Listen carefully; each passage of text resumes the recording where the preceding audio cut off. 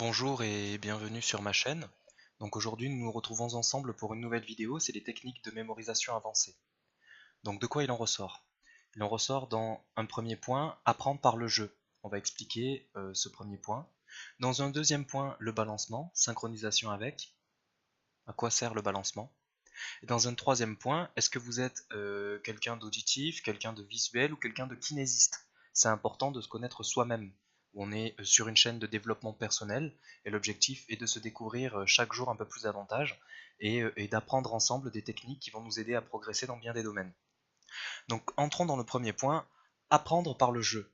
Alors apprendre par le jeu, on a des exemples sous nos yeux, c'est-à-dire que la nature est un grand livre, et il y a des tonnes de choses qui sont apprises via la nature. Par exemple, le regroupement bouddhiste qui, en analysant les animaux, ont donné naissance au kung-fu.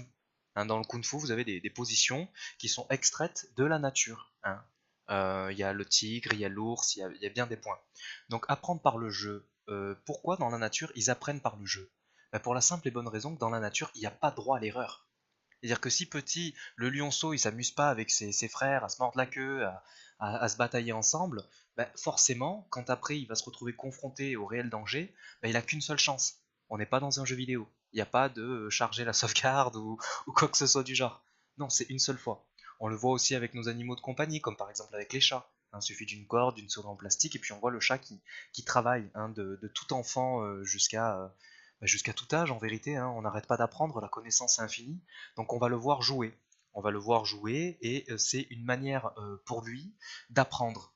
Et c'est ça qui est important. C'est-à-dire qu'il y a plein de choses comme ça où vraiment pour apprendre ça se passe par le jeu. Au niveau du dressage aussi.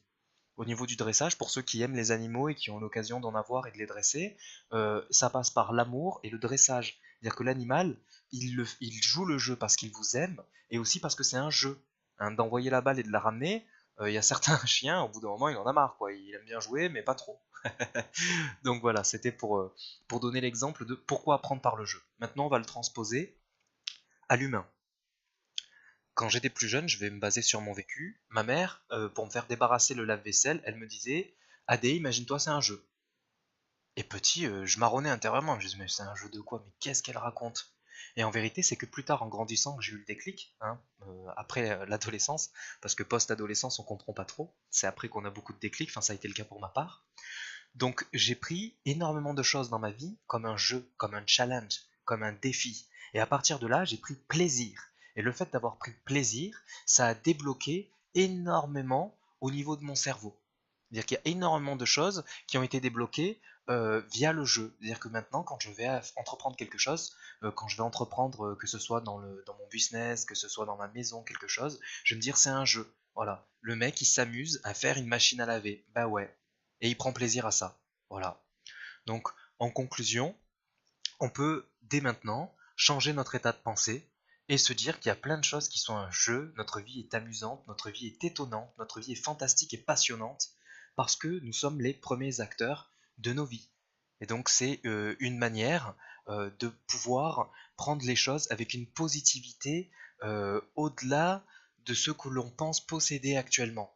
Voilà, je pense que pour la plupart d'entre vous, pour ceux qui m'écoutent, vous êtes déjà dans cet état d'esprit, donc ça, il s'agit que d'un rappel pour vous. Pour les autres, ben voilà, ben désormais maintenant, mettez-vous le challenge, le gros challenge en tête, c'est voilà, tout ce que j'entreprends est un jeu, je vais m'amuser de la meilleure des manières, et en plus, l'homme est un animal qui a beaucoup de chance par rapport aux animaux, si on peut dire ça comme ça, c'est extrêmement grossier, donc on a droit à quelques étapes quand même. Hein, et des fois on peut se louper, et puis ben, c'est pas grave, prochaine étape, on fera encore mieux. Voilà.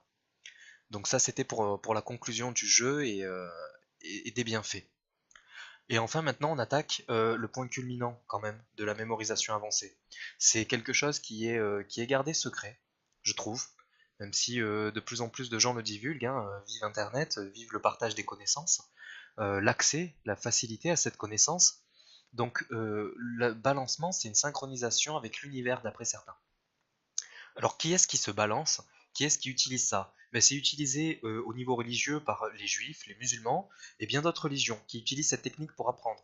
C'est que quand ils vont être face aux écritures, ils vont se balancer.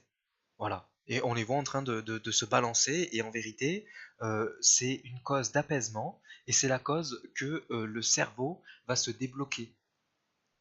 Le cerveau se débloque. Vraiment. Moi, j'ai mis cette technique-là en application. Ça fait déjà de cela quelques semaines. Et je suis impressionné en bien par la cause de cette technique. C'est-à-dire qu'il y avait des choses avant où j'avais quelques réticences à les apprendre. Et là, je me suis dit, allez, Adé, motive-toi, fais-toi violence. Tu vas l'apprendre et tu vas te balancer pendant que tu apprends. Et effectivement, ça a débloqué énormément de choses. Et quand j'écoute certaines personnes et que l'info me semble importante, pour ceux qui me connaissent en dehors de mes vidéos, vous me verrez en train de me balancer. Voilà. C'est tout simplement une des techniques efficaces, du moins c'est le cas pour moi et c'est le cas pour beaucoup de gens. On peut le transposer aussi pas seulement en termes de religion, mais en termes d'éducation. Par exemple, à l'école, en Europe, c'est interdit de se balancer. On le voit sur l'image en bas à gauche. Dès que quelqu'un se balance, te balance pas! Pourquoi? C'est dommage. Notre système éducatif, il date du 19e siècle. Faudrait qu'on avance, là, on est au 21e. Et si l'enfant, il se balance, c'est parce que naturellement, en lui, comme les animaux ont l'instinct, c'est pareil pour nous. Il y a des choses comme ça qui nous viennent intuitivement. Et le balancement, donc, permet de faciliter la mémorisation. Voilà. Et enfin, la dernière image, en bas à droite, c'est par rapport au lieu. Par rapport au lieu. Alors, c'est quoi, pourquoi le lieu? Alors le lieu, c'est évidemment pour faciliter la concentration et pour retenir plus efficacement. Hein, il y en a certaines qui vont aller dans des bibliothèques, d'autres des salles de cours, d'autres dans des parcs. Le lieu impacte votre manière d'apprendre parce qu'il va jouer sur les personnes qui sont kinésistes. Voilà. Et selon où vous êtes aussi, il y a des personnes qui aiment aller à la mer et qui aiment se taper une sieste en face de la mer, quoi. Il va à la mer et puis il bronze et paf, il n'y a plus personne. Dès que sa tête a touché la serviette, le sable chaud, le ressassement des vagues et tout, pouf, ça y est, il est apaisé. Donc le lieu va être une cause aussi d'ouvrir le cerveau, que vous soyez un cerveau droit ou un cerveau gauche, à apprendre à retenir plus efficacement. Voilà. Se sentir bien dans un lieu, c'est donc important. Ça facilite aussi la motivation. Et certaines personnes, donc, comme je l'ai dit, sont kinésistes, auditives et ou visuelles. Et donc le fait d'être dans des lieux, ça permet, selon ce que vous allez apprendre, de le classer dans votre cerveau. What the fuck? Ouais, carrément. Ça, je l'ai mis en pratique dans ma vie, et selon le domaine dans lequel j'apprends, je vais aller soit dans différents lieux, ou soit dans différentes pièces de ma maison.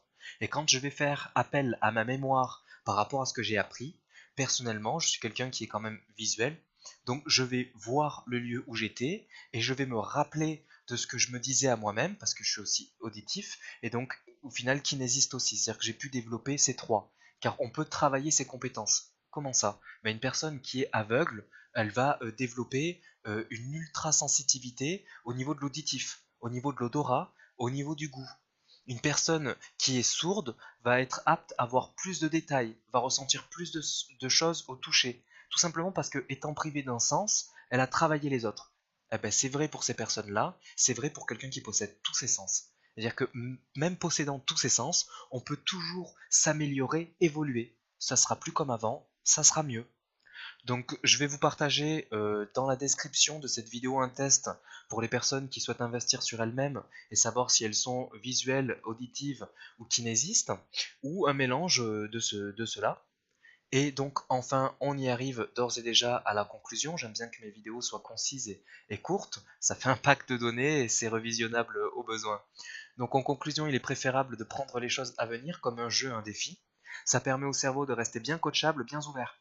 Et il y a un adage que j'aime bien, c'est comme un parachute, c'est plus simple et bien mieux quand ça s'ouvre. Hein, c'est valable pour l'esprit, c'est valable pour le cerveau, c'est valable pour beaucoup de choses. Quand ça s'ouvre, c'est mieux. Et peu importe la moquerie pour le deuxième point sur le balancement, si c'est la cause de booster ma mémoire avec un balancement naturel, quelque chose d'instinctif, ben je préfère mettre en application cet outil. Vraiment. Parce que ce qui compte, c'est la finalité de mes buts et objectifs. Je veux avancer. Et il y a un autre adage que j'aime bien, c'est si je cherche la personne qui va être la cause de m'aider, j'ai qu'à me regarder dans un miroir. Concrètement. Et enfin, donc, le troisième point que nous avons abordé ensemble, le lieu. Voilà, quand je souhaite apprendre, je fais de sorte à être dans des lieux qui conviennent à ma manière d'apprendre. J'investis sur moi-même et je découvre ma propre notice d'utilisation en découvrant si je suis auditif, visuel, kinésiste ou bien un mélange. Voilà, cette vidéo s'achève. Je vous remercie d'avoir patienté jusqu'à ce qu'elle sorte et je vous remercie d'avoir pris le temps de m'écouter en espérant que mes conseils soient utiles et efficaces. J'accepte toute critique constructive et je vous dis à bientôt pour de nouvelles vidéos.